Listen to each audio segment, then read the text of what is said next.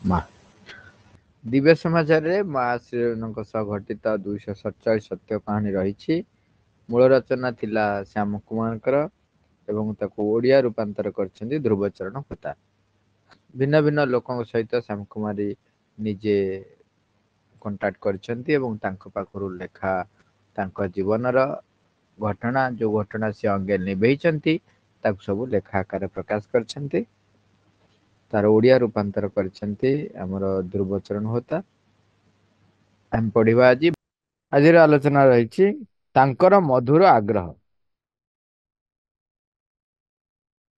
ଥରେ ଆଶ୍ରମରେ ଶାରୀରିକ କୌଶଳ ପ୍ରଦର୍ଶନ କାର୍ଯ୍ୟକ୍ରମ ଚାଲୁଥାଏ। ଏଚ୍ ତାଙ୍କର ଶକ୍ତିର ବୀରତ୍ୱ ପ୍ରଦର୍ଶନ କରୁଥାନ୍ତି। ତାଙ୍କୁ ଗୋଟିଏ ଲୁହାର କଣ୍ଟା ବିଛା ହୋଇଥିବା ବିଛଣାରେ ଶୋଇବାକୁ ହେବ ଓ ଆଶ୍ରମର ଜଣେ ମୋଟର ସାଇକେଲ ଆରୋହୀ ତାଙ୍କ ଶରୀର ଉପର ଦେଇ ମୋଟର ସାଇକେଲ ଚଢାଇ ନେଇଯିବ। ଏଚଙ୍କର ଆଦୌ ଭୟ ନଥାଏ। ବରଂ ଯେଉଁ ବ୍ୟକ୍ତି ତାଙ୍କ ଉପରେ ମୋଟର ସାଇକେଲ ଚଢାଇ ନେବେ ତାଙ୍କ ମନରେ ଖୁବ ଭୟ ଥାଏ। ସବୁ କଥା କିନ୍ତୁ ଖୁବ ଭଲରେ ପରିସମାପ୍ତି ହୋଇଗଲା। ଖେଳ ପ୍ରଦର୍ଶନ ପରେ ଶ୍ରୀମାନ ନିଜେ ଆସି ୟୁଡି କୋଲୋନ ସେଇ ଯୁବକର ପିଠିରେ ମାଲିସ କରିଥିଲେ। ଯେହେତୁ ରୂପାନ୍ତର ଯୋଗରେ ଶରୀରର ରୂପାନ୍ତର ହେବ, ତେଣୁ ଶାରୀରିକ କାର୍ଯ୍ୟକ୍ରମ ବା ଶରୀରର କର୍ଷଣ ତା ଉପରେ ମା ଶ୍ରୀ ଅରବିନ୍ଦ ମଧ୍ୟ ଅଧିକ ଗୁରୁତ୍ୱ ଦେଉଥିଲେ। ଆମର ସାଧାରଣତଃ ଶିକ୍ଷା ପଦ୍ଧତିରେ ମାନସିକ ଶିକ୍ଷା ଉପରେ ଅଧିକ ଗୁରୁତ୍ୱ ଦିଆଯାଏ। ପ୍ରାଣିକ ଶିକ୍ଷା ଓ ଶାରୀରିକ ଶିକ୍ଷା ଉପରେ ଅଧିକ ଗୁରୁତ୍ୱ ଦିଆଯାଏ ନାହିଁ। ଏବଂ ଯୋଉଠି ବି ଆଶ୍ରମ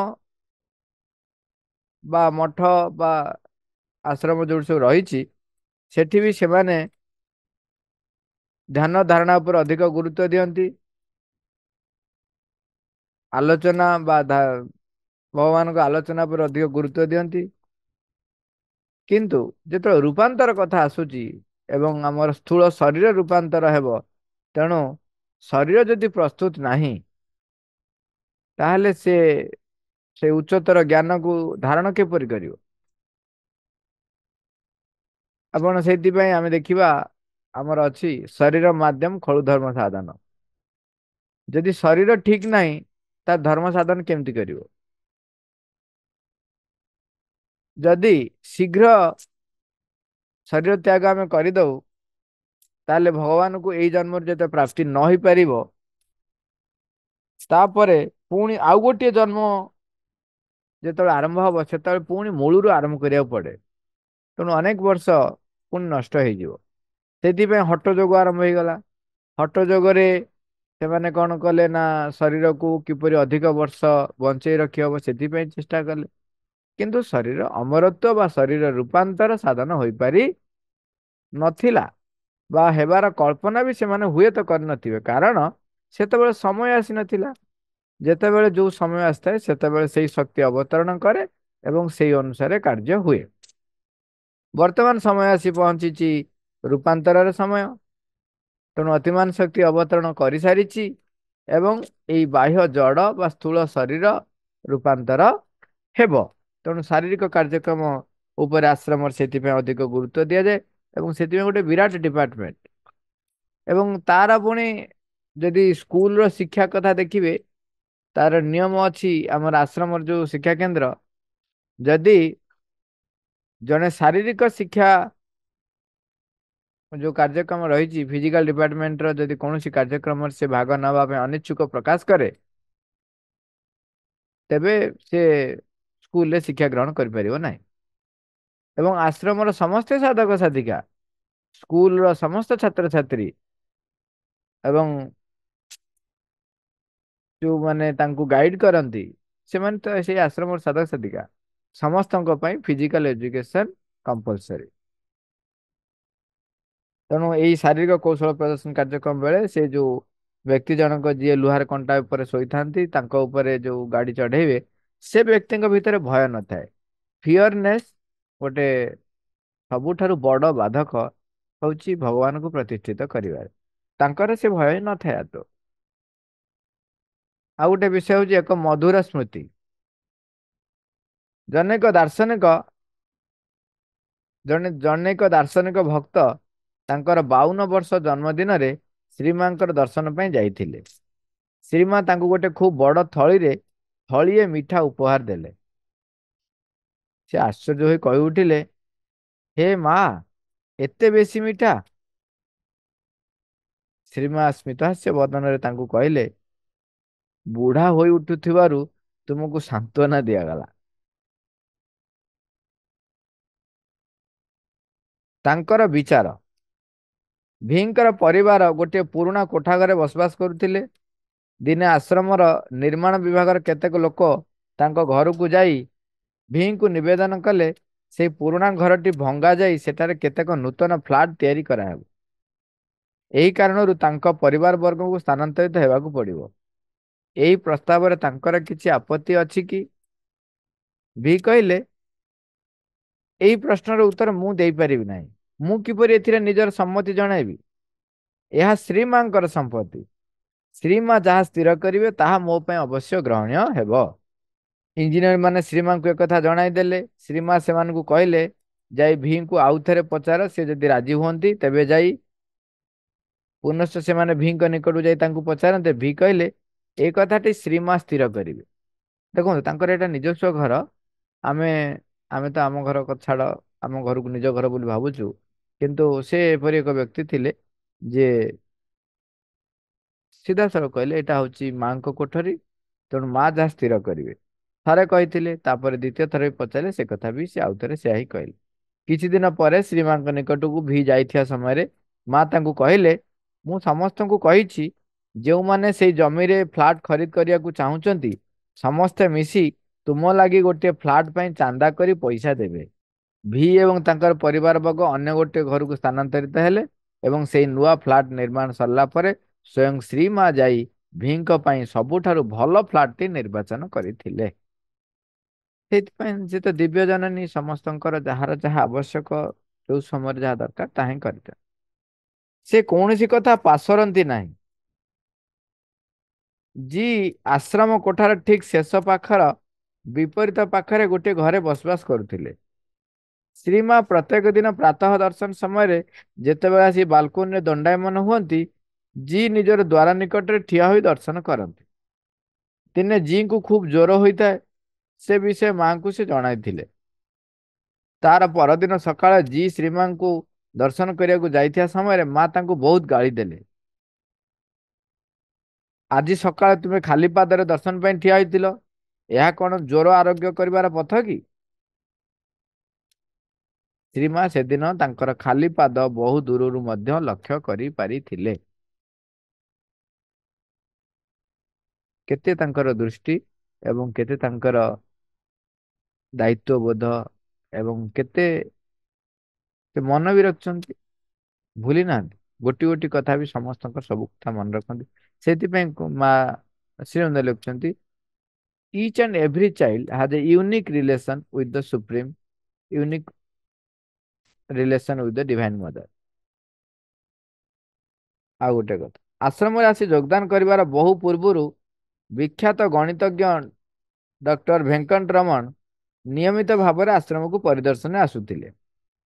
ସାଧାରଣତଃ ସେ ମଦୁରାଇରୁ ଆସି ଏଠାରେ ସକାଳ 6ଟାରେ ପହଞ୍ଚନ୍ତି ଓ ଖୁବ୍ ତରବରରେ ବାଲକୋନି ଦର୍ଶନ ପାଇଁ ଧାଇଁ ଧାଇଁ ଯାଆନ୍ତି। ବାଲକୋନି ଦର୍ଶନ ପାଇଁ ସମବେତ ହୋଇଥିବା ସାଧକ ସାଧିକା ଓ ଭକ୍ତଙ୍କ ମେଳରେ ଶ୍ରୀମା ଭେଙ୍କଟରମଣଙ୍କୁ ଲକ୍ଷ୍ୟ କରି ପବିତ୍ରକୁ କହନ୍ତି, ଦେଖ ତୁମର ସାଙ୍ଗ ଆସିଗଲେ। ଆଉ ଗୋଟେ କଥା, ପ୍ରଥମ ପ୍ରଣାମ। 1948 ନଭେମ୍ବର ମାସ 18 ତାରିଖରେ ପ୍ରଥମ ଥର ପାଇଁ ଏନ୍ ଆଶ୍ରମ ଆସି ନଭେମ୍ବର ଦର୍ଶନ ପର୍ଯ୍ୟନ୍ତ ରହିଥିଲେ। ସିଏ ଜଣେ ଖୁବ୍ ବିଦ୍ୱାନ ଓ ବହୁ ଶାସ୍ତ୍ର ଦର୍ଶନ ପଢ଼ାପଢ଼ି କରନ୍ତି। ସେ ଶ୍ରୀଅରବିନ୍ଦଙ୍କର ଯୋଗର ବିଭିନ୍ନ ଅନୁଭୂତି ଓ ଅନ୍ୟାନ୍ୟ ପନ୍ଥାର ଅନୁଭୂତି ଲାଭ କରିଥାନ୍ତି। ସେହି ସବୁ ଦିନ ଗୁଡ଼ିକରେ ଶ୍ରୀମା ଧ୍ୟାନ ଗୃହରେ ଦର୍ଶନ ପ୍ରଦାନ କରନ୍ତି ଓ ଆଶୀର୍ବାଦ ବିତରଣ କରନ୍ତି। ଏନଙ୍କର ମନରେ ଆସିଲା ଶ୍ରୀମାଙ୍କୁ ପ୍ରଣାମ ନିବେଦନ କରିବା ପାଇଁ, କିନ୍ତୁ ସେଠାରେ ନୋଟିସ୍ ଦିଆଯାଇଥାଏ ଯେ ନୋ ପ୍ରଣାମ, ଅର୍ଥାତ୍ କେହି ଶ୍ରୀମାଙ୍କୁ ପ୍ରଣାମ କରିବେ ନାହିଁ।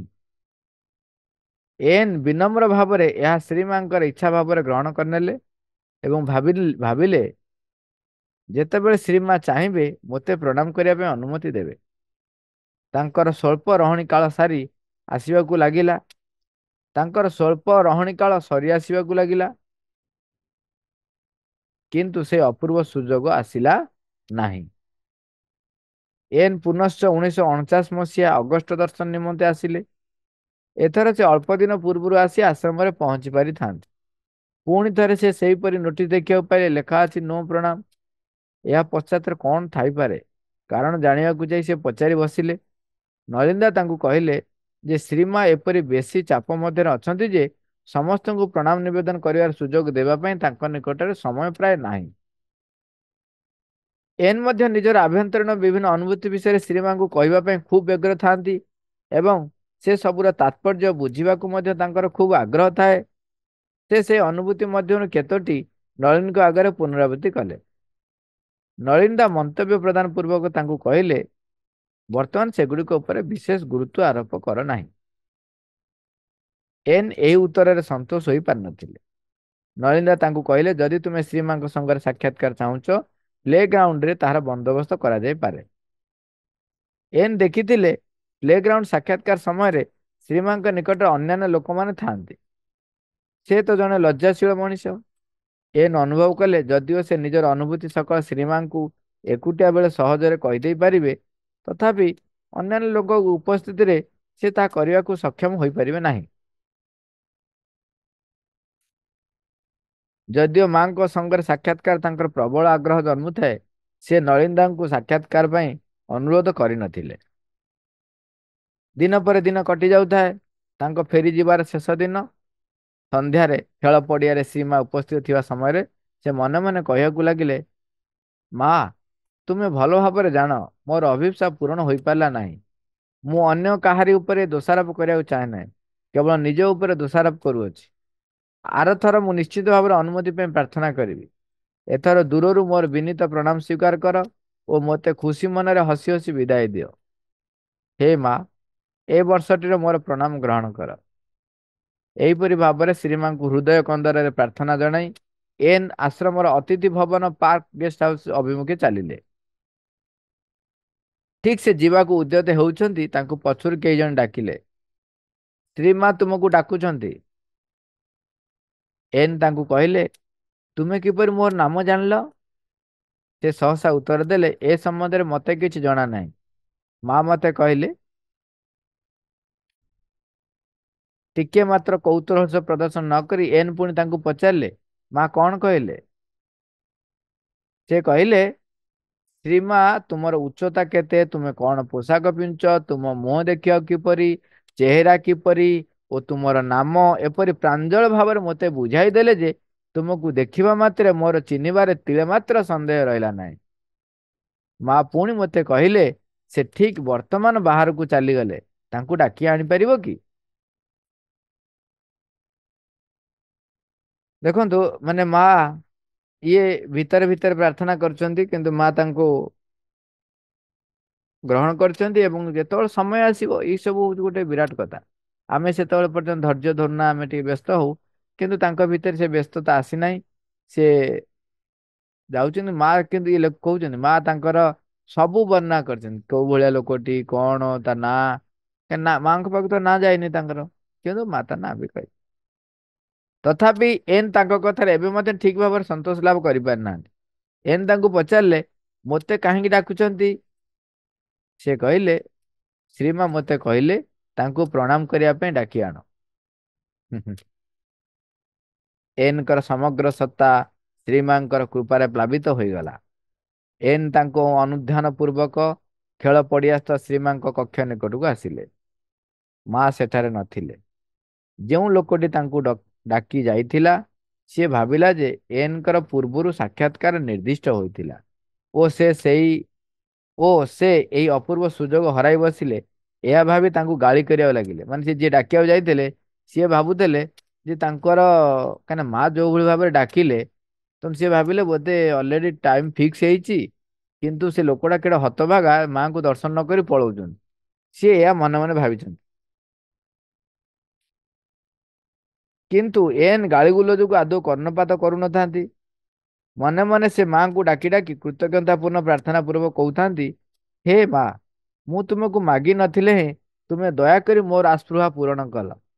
ଏପରିକି ମୁଁ ସାକ୍ଷାତ ଭାବରେ ଚରଣ ସ୍ପର୍ଶ ପୂର୍ବକ ପ୍ରଣାମ କରିବାକୁ ସକ୍ଷମ ହୋଇ ନ ପାରିଲେ ମଧ୍ୟ ତାଠାରୁ ଖୁବ୍ ଅଧିକା କୃପା ପ୍ରଦର୍ଶନ କଲ। ସେଥିପାଇଁ ମୁଁ ବିଶେଷ କୃତଜ୍ଞ ଓ ନିଜକୁ ଆଶୀର୍ବାଦ ମନେ କରୁଅଛି।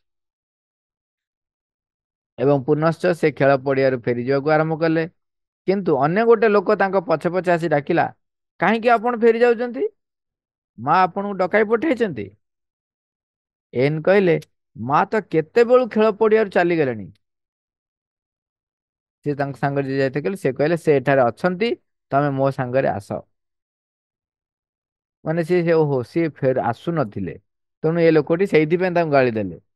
ଏ ଯୋଉ ଡାକିବାକୁ ଯିଏ ଯାଇଥିଲେ ସେ ସେଇଥିପାଇଁ ଗାଳି ଦଉଥିଲେ। କିନ୍ତୁ ଇଏ ଭିତରେ ଭିତରେ କୃତଜ୍ଞତା ଜ୍ଞାପନ କରି ଅ ନିଜକୁ ଆଶୀର୍ବାଦ ମନେ କରିକି ଫେରି ଯାଉଥିଲେ। କିନ୍ତୁ ପୁଣି ଆଉ ଜଣେ ଆସି ଡାକିଲେ, କହିଲେ ଶୀଘ୍ର ଆସ।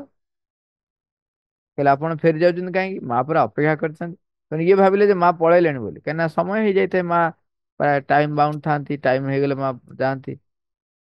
କିନ୍ତୁ ସେ କହିଲେ ଯେ ମା କେତେବେଳୁ ଖେଳ ପଡ଼ିଆରୁ ଚାଲିଗଲେଣି ବୋଲି ଯୋଉ ଇଏ ଯୋଉ ଏନ୍ କହିଲେ, ସେ କହିଲେ ନା ନା, ମା ସେଠାରେ ଅଛନ୍ତି, ତୁମେ ମୋ ସାଙ୍ଗରେ ଆସ। ଏନ୍ ପୁନଶ୍ଚ ଶ୍ରୀମାଙ୍କ କକ୍ଷ ନିକଟରେ ପହଞ୍ଚି ଦେଖନ୍ତେ ନଳିନୀ ସେଠାରେ ଅଛନ୍ତି। ପବିତ୍ର, ଅମୃତା ଓ ଅନ୍ୟାନ୍ୟ ସାଧକ ମାନେ ମଧ୍ୟ ଅଛନ୍ତି। ସିଏ ସିଏ ଏକା ବେଳେ କହିବେ ବୋଲି ଭାବିଛନ୍ତି, କିନ୍ତୁ ଦେଖିଲା ବେଳକୁ ନଳିନ୍ଦା ଅଛନ୍ତି, ପବିତ୍ରଦା ଅଛନ୍ତି, ଅମୃତା ଅଛନ୍ତି, ତେଣୁ ଅନ୍ୟାନ୍ୟ ସାଧକ ମାନେ ବି ଅଛନ୍ତି।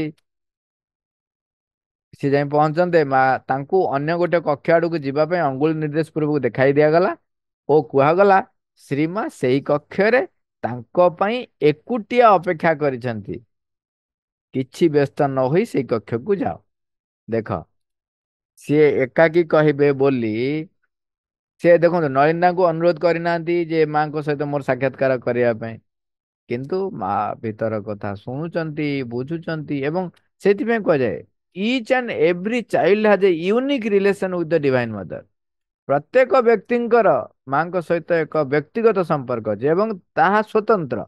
ସେଇଟା କାହା ସହିତ କାହାର ସମାନ ହବ। କିନ୍ତୁ ଆମର ଧୈର୍ଯ୍ୟ, ଆମର ବୁଝିବାର ସାମର୍ଥ୍ୟ କେତେବେଳେ କାହାର କଣ ଥାଏ, ସେଇ ଅନୁସାରେ ଆମେ ଆକ୍ଚୁଆଲି ମାଙ୍କ ଉପରେ ଅଭିଯୋଗ କରୁ। ଦେଖନ୍ତୁ ମା ଏଠି ଅପେକ୍ଷା କରିଛନ୍ତି ଏକା। ଏନଙ୍କର ଭାବ ପ୍ରବଣତା ଶବ୍ଦ ମାଧ୍ୟମରେ ବର୍ଣ୍ଣନା ଅସମ୍ଭବ। ପ୍ରେମ ଓ କୃତଜ୍ଞତା ସତେଅବା ତାଙ୍କୁ ବନ୍ୟାର ପ୍ଲାବନ ପରି ଆଖି ପିଛୁଳାକେ ବୁଡାଇ ଦେଲା। ସେ ମନେ ମନେ ଭାବିଲେ, ଓହୋ, ମା ମୋର ଲଜ୍ଜାଶୀଳତା ଭାବ ଜାଣିପାରି ଗୋଟିଏ ଏକୁଟିଆ କକ୍ଷକୁ ଡକାଇଛନ୍ତି। ସେ ଦ୍ୱିଧା ଚିତ୍ତରେ କକ୍ଷ ମଧ୍ୟକୁ ପ୍ରବେଶ କରନ୍ତେ ଶ୍ରୀମା ସ୍ମିତ ହାସ୍ୟ ବଦନରେ କହି ଉଠିଲେ, ହେ ମୋର ପ୍ରିୟ ଶିଶୁ, ହେ ମୋର ପ୍ରିୟ ଶିଶୁ, ଲଜ୍ଜାର କୌଣସି କାରଣ ନାହିଁ, ପାଖକୁ ଆସ।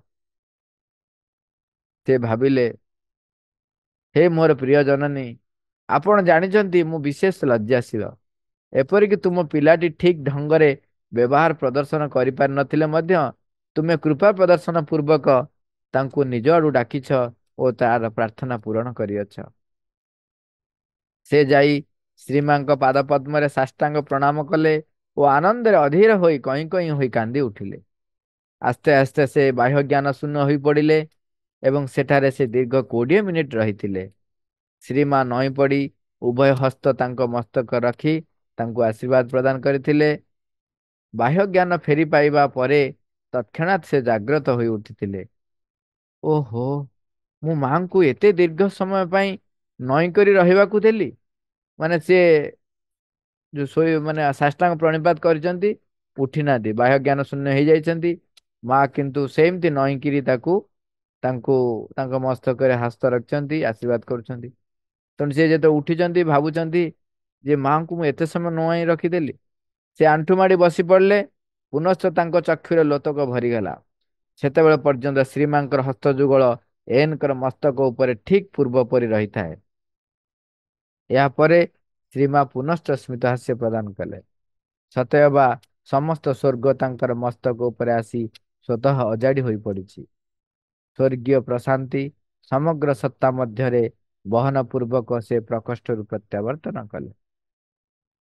ସେ ଯେତେ ଦିନ ଧରି ଆଶ୍ରମ ରହିଥିଲେ ବହୁ ପ୍ରଶ୍ନ ଲିପିବଦ୍ଧ କରି ଶ୍ରୀମାଙ୍କର ଉତ୍ତର ପାଇଁ ପାଖରେ ରଖିଥିଲେ, କିନ୍ତୁ ଦର୍ଶନ ସମୟରେ ସେ ସବୁ ପ୍ରଶ୍ନକୁ ଖୁସିର ସହିତ ବିସ୍ମରଣ ହୋଇଯାଇଥିଲେ। ଆଉ ଗୋଟେ ବିଷୟ, ଧୈର୍ଯ୍ୟ। ଶ୍ରୀମା ପ୍ରତ୍ୟେକ ଦିନ ସକାଳ 9:30 ସମୟରେ ଉପର ମହଲାରୁ ସିଡିରେ ଓହ୍ଲାଇ ଆସନ୍ତି। କେତେକ ଲୋକଙ୍କୁ ସିଡିର ପାହାଚ ନିକଟରେ ମାଙ୍କୁ ଅପେକ୍ଷା କରିବାର ଅପୂର୍ବ ସୁଯୋଗ ପ୍ରଦାନ କରାଯାଇଥାଏ। ନିର୍ଦ୍ଧାରିତ ସମୟରେ ମା ଜଣକ ପରେ ଜଣକୁ ପ୍ରତ୍ୟେକଟି ପାହାଚରେ ଆଶୀର୍ବାଦ ପ୍ରଦାନ ପୂର୍ବକ ତଳକୁ ଆସ୍ତେ ଆସ୍ତେ ଅବତରଣ କରନ୍ତି। ଦିନେ ଶ୍ରୀମାଙ୍କର ଆସିବାକୁ ବିଳମ୍ବ ହୋଇଥାଏ। ଲିନା ଡାଓସେଟ୍ ଶ୍ରୀମା ଆଶ୍ରମବାସୀଙ୍କୁ ସୁବିତରଣ କରିଯିବା ପୂର୍ବରୁ ସେଠାରେ ଆଶୀର୍ବାଦ ନେବା ପାଇଁ ଅପେକ୍ଷା ମଧ୍ୟ କରିଥାନ୍ତି। ସେ ନିଜର ହାତବନ୍ଧା ଘଡ଼ିକୁ ବାରମ୍ବାର ଚାହୁଁଥାନ୍ତି। ତାଙ୍କ ବ୍ୟଗ୍ରତାର କାରଣ, ମା ଆସିବାକୁ ଯଦି ବିଳମ୍ବ କରନ୍ତି ନିଶ୍ଚିତ ରୂପେ ସେ କାର୍ଯ୍ୟରେ ଠିକ ସମୟରେ ପହଞ୍ଚି ପାରିବେ ନାହିଁ ଓ ତାଙ୍କ କାର୍ଯ୍ୟ ବିଳମ୍ବ ହୋଇଯିବ। ସେ କଣ କରିବେ? ହୃଦୟ ମଧ୍ୟରେ ଲିନା ମାଙ୍କୁ ଡାକିବାରେ ଲାଗି ପଡ଼ିଲେ। ହେ ମା, ଚାଲି ଆସ, ଆଉ ବିଳମ୍ବ କର ନାହିଁ, ଶୀଘ୍ର ଆସ ମା। ଠିକ ଏହି ସମୟରେ ଶ୍ରୀମା ତାଙ୍କ କକ୍ଷ ମଧ୍ୟରୁ ବାହାରି ଆସିଲେ। ସିଧା ଲିନା ନିକଟକୁ ଯାଇ ସ୍ମିତହାସ୍ୟ ବଦନରେ କହିଲେ, ମୁଁ ତୁମକୁ କିଛି ଧୈର୍ଯ୍ୟ ଦେବାକୁ ଯାଉଅଛି। ଏବଂ ମା ତାଙ୍କୁ ଧୈର୍ଯ୍ୟର ପ୍ରତୀକ ପୁଷ୍ପ ପ୍ରଦାନ କରିଥିଲେ ଓ ସିଡିର ପାହାଚରେ ଅପେକ୍ଷାରତ ସାଧକ ସାଧିକା ମାନଙ୍କୁ ଆଶୀର୍ବାଦ ପ୍ରଦାନ କରିଥିଲେ। ଆମେ କଣ କହିବ, ମାନୁଷୀ ମା ମନୁଷ୍ୟ ରୂପ ଧରିଛନ୍ତି, କିନ୍ତୁ ସେ ଯେ ଦିବ୍ୟ ଜନନୀ। ଏଇଭଳି ଅନେକ ଅନେକ ଅନେକ ଘଟଣା ଉଦାହରଣ ସବୁ ଅଛି।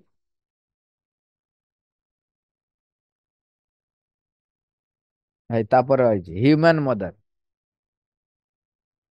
ଦିନେ ବି ଶ୍ରୀମାଙ୍କ ନିକଟ ଦିନେ ବି ଶ୍ରୀମାଙ୍କ ନିକଟକୁ ଯାଇଥିଲେ। ତାଙ୍କର ଭୀଷଣ ଦାନ୍ତ ବ୍ୟଥା ହେଉଥାଏ। ଶ୍ରୀମା ତାଙ୍କୁ କିଛି ଚୂର୍ଣ୍ଣ ଦେଇ ପାଟି ଭିତରେ ରଖିବା ପାଇଁ ନିର୍ଦ୍ଦେଶ ଦେଲେ ଓ କହିଲେ, ସେଠାରେ ଥିବା ଗୋଟେ ଚେୟାର ଉପରେ କିଛି ସମୟ ବସି ପଦାକୁ ଚାଲିଯିବ। ଭୀଷଣ ବ୍ୟଥା ଆଉ ସହ୍ୟ କରି ହେଉନଥାଏ। ବି ଆଖି ବନ୍ଦ ପୂର୍ବକ ବ୍ୟଥା କମିଯିବା ଉଦ୍ଦେଶ୍ୟରେ ସେଠାରେ ବସିଲେ। କିଛି ସମୟ ପରେ ଶ୍ରୀମା ଫେରିଆସି ବିଙ୍କ ଠାରୁ କିଛି ଦୂରରେ ଚୁପଚାପ ହୋଇ ରହିଲେ ଓ ତାଙ୍କୁ ଲକ୍ଷ୍ୟ କଲେ। ବି ଚକ୍ଷୁ ଖୋଲନ୍ତେ ଶ୍ରୀମାଙ୍କୁ ସମ୍ମୁଖରେ ଦେଖି ଅବାକ ହୋଇଗଲେ। ସେ ସହସା ଚୌକିରୁ ଉଠି ମାଙ୍କୁ ସମ୍ମାନ ପ୍ରଦର୍ଶନ କରିବାକୁ ଯିବାରୁ ମା ତାଙ୍କୁ ଚୌକି ଉପରେ ବସି ରହିବା ପାଇଁ କହିଲେ ଏବଂ ମଧୁର ଗଳାରେ କଅଁଳେଇ କହିଲେ, ମୁଁ ସତରେ ତୁମ ଜନ୍ମଦାତ୍ରୀ ମା। ମୁଁ ସତରେ ତୁମ ଜନ୍ମଦାତ୍ରୀ ମା ହୋଇଥିଲେ ତୁମେ କଣ ଏହିପରି ଉଠି ପଡ଼ିଥାନ୍ତ କି?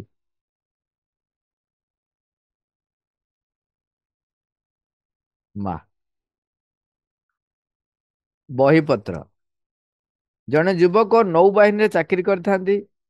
ସେ ଶ୍ରୀମାଙ୍କ ସମ୍ବନ୍ଧରେ ଥରେ ଗୋଟିଏ ବହି ପଢ଼ିଲେ। ତାଙ୍କର ଆତ୍ମା ମାଙ୍କ ଜାଲରେ ଆପେ ଆପେ ବାନ୍ଧି ହୋଇଗଲା। ସେ ଆଶ୍ରମ ପରିଦର୍ଶନ ଆସିଲେ। ତାଙ୍କର ଦ୍ୱିତୀୟ ଥର ଆଶ୍ରମ ପରିଦର୍ଶନ ସମୟରେ ନଳିନ୍ଦାଙ୍କ ନିକଟକୁ ଯାଇ ଶ୍ରୀମା ଶ୍ରୀଅରବିନ୍ଦଙ୍କ ରଚିତ ପୁସ୍ତକ କ୍ରୟ କରିବା ପାଇଁ ଅନୁରୋଧ କରିଥିଲେ। ନଳିନ୍ଦା ତାଙ୍କୁ ଉପଦେଶ ଦେଲେ, ମାଧବ ପଣ୍ଡିତଙ୍କୁ ଯାଇ କୁହ, ସେ ତୁମ ପାଇଁ ପୁସ୍ତକ ନିର୍ବାଚନ କରିଦେଇ ପାରନ୍ତି।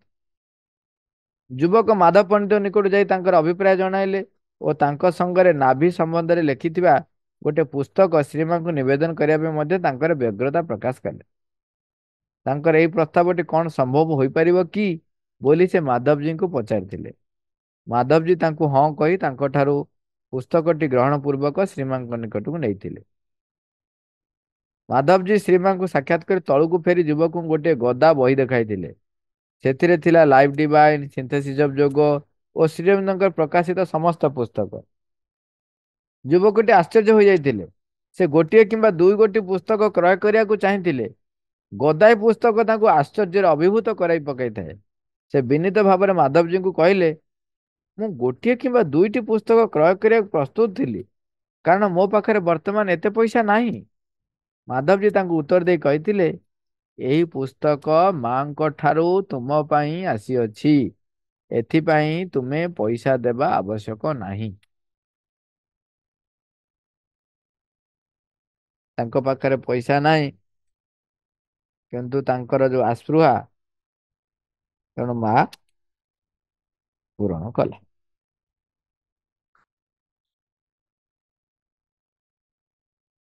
ଆଜି ଏଇଠି ରଖିବା। ମା। Thank you लरबर।